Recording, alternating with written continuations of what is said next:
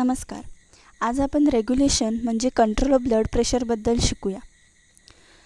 Blood pressure is control in 2 ways, short term control आणि long term control. Short term control on a moment to moment basis, म्हणजे जशा प्रकारे response येतात ब्रेनकडे त्याचप्रमाणे प्रत्येक वेळीस फास्ट रिस्पॉन्ड केला जातो बॉडीला. आणि शॉर्ट टर्म इन्व्हॉल्व करतात बॅरोरिसेप्टर रिफ्लेक्सला, केमोरिसेप्टर्स आणि सर्क्युलेटिंग हार्मोन्सला. Long term control which involves regulation of blood volume by the kidney and the renin angiotensin aldosterone system. Long term control आहे तर ब्लड व्हॉल्यूमचं रेग्युलेशनचं काम करतं आणि हे किडनी आणि रेनिन एन्जिओटेन्सिन अल्डोस्टेरॉन सिस्टमच्या मदतीने होतं. The cardiovascular center CVC is a collection of interconnected neurons in the brain and is situated within the medulla and pons. ब्रेनमध्ये मेड्युला आणि पॉन्स हे 2 भाग आहेत. त्यात कार्डिओवॅस्क्युलर सेंटर असतं, म्हणजेच collection of interconnected neurons. CVC receives, integrates and coordinate input from, म्हणजे CVC हा cardiovascular centre जो आहे तो मेसेज रिसीव्ह करतो आणि कोऑर्डिनेट इनपुट करतो बॅरोरिसेप्टरमध्ये, केमोरिसेप्टरमध्ये आणि higher centre in the brain.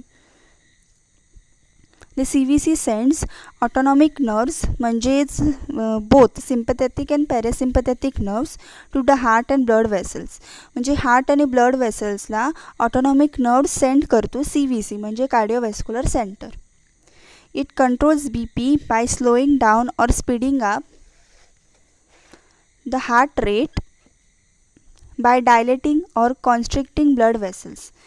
म्हणजे CVC आहे तो ब्लड प्रेशरला कंट्रोल करतो. जेव्हा जेव्हा त्याची गरज असेल तशाप्रमाणे तो कंट्रोल करतो. म्हणजे जर समजा BP वाढला असेल तर त्याला स्लो डाऊन करतो आणि BP कमी झाला असेल तर त्याला रेज करतो.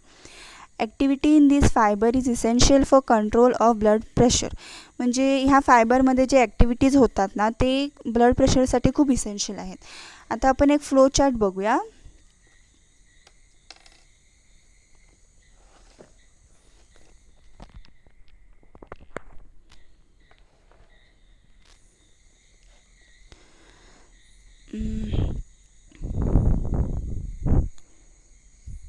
Changes in arterial blood pressure. Blood pressure जर हाय झाला असेल किंवा लो झाला असेल तर तो मेसेज बॅरोरिसेप्टरला पाठवला जातो. म्हणजे बॅरोरिसेप्टर जो आहे तो एट्रियल ब्लड प्रेशरमधले चेंजेस डिटेक्ट करतो. Detects changes in blood pressure आणि हा मेसेज हायर सेंटरला पाठवला जातो. Higher centres, example hypothalamus.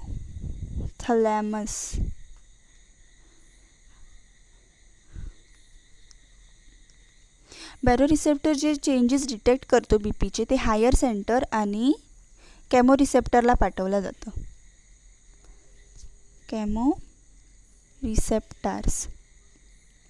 Chemoreceptors हे ब्लडमधला CO2 लेवल डिटेक्ट करतं. Detects changes in blood CO2 level. आणि हे जेव्हा हायर सेंटर आणि केमोरिसेप्टर दोघंही डिटेक्ट करतात तेव्हा हे मेसेज कार्डिओवॅस्क्युलर सेंटरला पाठवला जातो. कार्डिओवॅस्क्युलर सेंटर, जे कुठे सिच्युएटेड आहे तर मेड्युला अँड पॉन्स इन ब्रेन.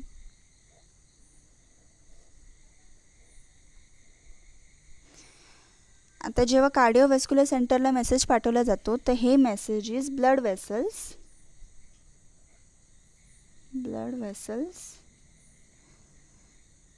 वेसल्सकडे जातं आणि हार्टकडे जातं. ब्लड वेसल्स आणि हार्टकडे जातं. तर हार्टची जी रेंज आहे ती चेंजेस होते, changes in heart rate and stroke volume. जेव्हा कार्डिओव्हॅस्क्युलर सेंटरकडून हार्ट आणि ब्लड वेसल्सला मेसेज पाठवले जातात तेव्हा हार्टच्या रेटमध्ये चेंजेस होतात आणि स्ट्रोक व्हॉल्यूममध्ये चेंजेस होतात. ब्लड वेसल्समध्ये वासो कॉन्स्ट्रिक्शन होतं, कॉन्स्ट्रिक्शन और वासो डायलेशन, म्हणजे ब्लड वेसल्स कॉन्ट्रिक्ट किंवा डायलेट होतात. आणि ह्या दोघांचे जे फंक्शन्स आहेत ते परत changes in atrial blood pressure करतात. म्हणजे समजा परत एकदा सांगते, changes in atrial blood pressure म्हणजे समजा ब्लड प्रेशर हाय किंवा लो झाला असेल तर बॅरोरिसेप्टर हे चेंजेस डिटेक्ट करतो. बॅरोरिसेप्टरकडून हायर सेंटर्समध्ये जे हायपोथॅलॅमसकडे हा मेसेज पाठवला जातो आणि कॅमोरिसेप्टर ब्लडचं CO2 लेवल डिटेक्ट करतो. हे दोन्ही मेसेज कार्डिओव्हॅस्क्युलर सेंटरला पाठवलं जातं, म्हणजेच मेड्युला आणि पॉन्सला पाठवलं जातं. जेव्हा कार्डिओव्हॅस्क्युलर सेंटरमध्ये मेड्युला आणि पॉन्सला हे जेव्हा मेसेज पोचतात तेव्हा ते मेसेजेस हार्ट आणि ब्लड वेसल्सला फॉरवर्ड केले जातात. अशा प्रकारेच हार्टचं रेट जो आहे तो चेंज होतो आणि स्ट्रोक व्हॉल्यूम चेंज होतो आणि ब्लड वेसल्समध्ये वासो कॉन्स्ट्रिक्शन आणि वासो डायलेशन होतं. अशाच प्रकारे ब्लड प्रेशरमध्ये चेंजेस कंट्रोल केले जातात. The two division of the autonomic nervous system, the sympathetic and parasympathetic. आता आपण बॅरोरिसेप्टरबद्दल डिटेलमध्ये शिकूया.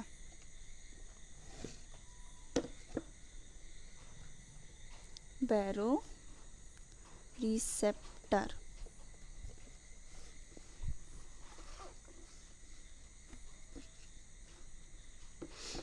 बॅरोरिसेप्टर हे प्रेझेंट असतात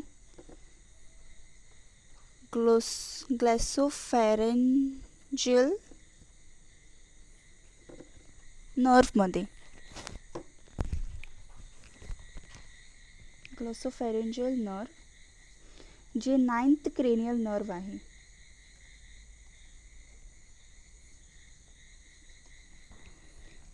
आणि आर्च ऑफ आवर्टामध्ये जे 10th क्रेनियल नर्व आहे. ग्लॉसोफॅरेंजियल नर्व आणि वेगस नर्वमध्ये जे 10th क्रेनियल नर्व आहे आणि हे आर्च ऑफ आवर्टामध्ये सुद्धा प्रेझेंट आहे.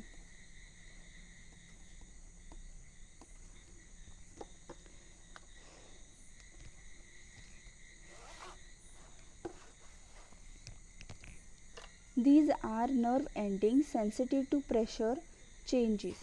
म्हणजे बॅरोरिसेप्टर हे नर्व एंडिंग्ज आहेत. जेव्हा जेव्हा ब्लड प्रेशर चेंजेस होतात तेव्हा ते खूप सेन्सिटिव्ह असतात आणि situated in the arch of aorta and in the carotid sinus. आणि हे आर्च ऑफ आवर्टा आणि कॅरोटिड सायनसमध्ये सिच्युएटेड आहे. and are the body's principal moment to moment regulatory mechanism for controlling blood pressure. म्हणजे समजा ज्याप्रमाणे blood प्रेशरमध्ये changes होतात हे messages direct पाठवले जातात कार्डिओव्हॅस्क्युलर सेंटरकडे आणि हे मोमेंट टू मोमेंट आहे. म्हणजे जेव्हा जेव्हा ब्लड प्रेशर कंट्रोल होतं त्याच काही सेकंडमध्ये हे मेसेज पोचवले जातात आणि ब्लड प्रेशर कंट्रोल केलं जातं. A rise in blood pressure in these arteries stimulates the baroreceptor, increasing the input in the CVC. The CVC responds by increasing parasympathetic nerve activity to the heart. This slows the heart down. हे सगळं आहे ते आपण डिटेलमध्ये डायग्राममध्ये बघूया. Baroreceptor reflect हे negative feedback mechanism आहे. आता समजा हायपोटेन्शन म्हणजेच लो ब्लड प्रेशर आणि हायपर टेन्शन म्हणजेच हाय ब्लड प्रेशर. बॅरोरिसेप्टरमध्ये हायपोटेन्शन झालं असेल तर hypotension is detected by baroreceptor and the message is send to the cardiovascular centre म्हणजे medulla oblongata. Analysis message given by the baroreceptor आणि जेव्हा हे मेसेज ॲनालाइज केलं जातं हे सिम्पथेटिक ॲक्टिव्हिटीज करतात. सिम्पथेटिक ॲक्टिव्हिटीमुळे हार्ट आणि ब्लड वेसल्सला मेसेज पोचवले जातात आणि सिम्पथेटिक ॲक्टिव्हिटी झाल्यामुळे हार्टचे फंक्शन आणि ब्लड वेसलचे फंक्शन चेंज होतात. हार्ट रेट इन्क्रीज होते, force of contraction of heart increase होते आणि ब्लड वेसल्समध्ये वासो कॉन्स्ट्रिक्शन होतं, पेरिफेरल रेझिस्टन्स इन्क्रीज होतं. अशाच प्रमाणे ब्लड प्रेशर आहे तो नॉर्मल केला जातो. आता आपण हायपरटेन्शनचं बघूया.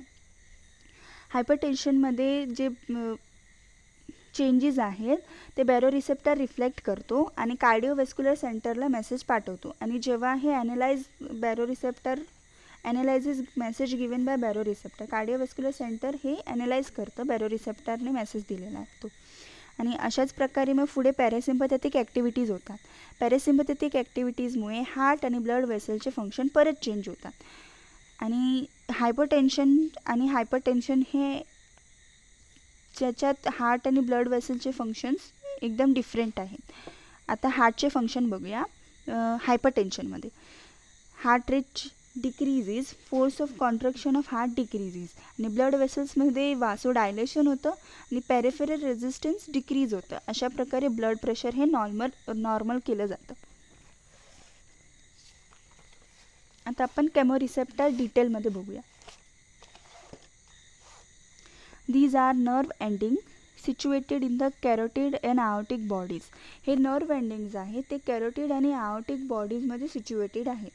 These are situated into carotid bodies म्हणजे 9th cranial nerve and glossopharyngeal nerve, arch of aorta, 10th cranial nerve and 10th vagus nerve म्हणजे vagus nerve म्हणजे 10th cranial nerve. They are preliminary involved in control of respiration. Chemoreceptor reflex आहे ते specially control of respiration करतं. They are sensitive to changes in the level of carbon dioxide, oxygen and the acidity of the blood pH.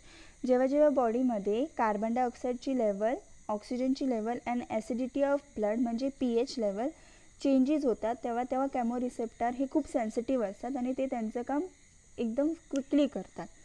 Their input to the CVC म्हणजे cardiovascular center influences its output only when disruption of respiratory function. म्हणजे जेव्हा respiratory फंक्शनमध्ये disturbance होतात तेव्हा हे कार्डिओव्हेस्क्युलर सेंटरला message पाठवतात आणि त्यांचं काम करून घेतात. और when atrial blood pressure falls to less than 80 mm of Hg.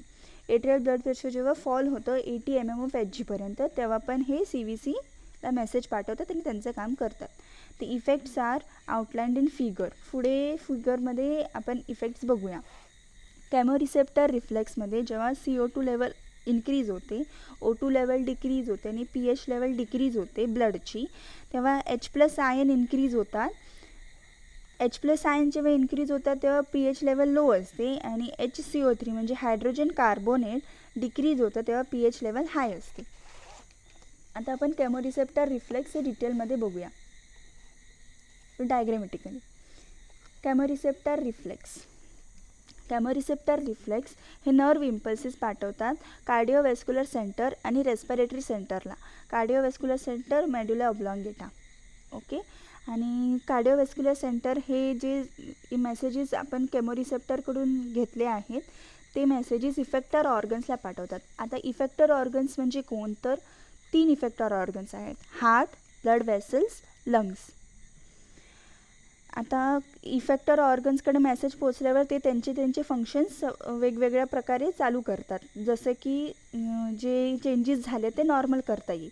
हार्टमध्ये increase rate होतं, हार्टचं रेट जे आहे ते इन्क्रीज होतं. इन्क्रीज ब्लड प्रेशर म्हणजे ब्लड प्रेशरमध्ये इन्क्रीज होतं आणि फोर्स ऑफ कॉन्ट्रॅक्शन इन्क्रीजेस. आता ब्लड वेसल्समध्ये वासो कॉन्स्ट्रिक्शन होतं म्हणजे वेसल्स हे खूप कॉन्स्ट्रिक्ट होतात.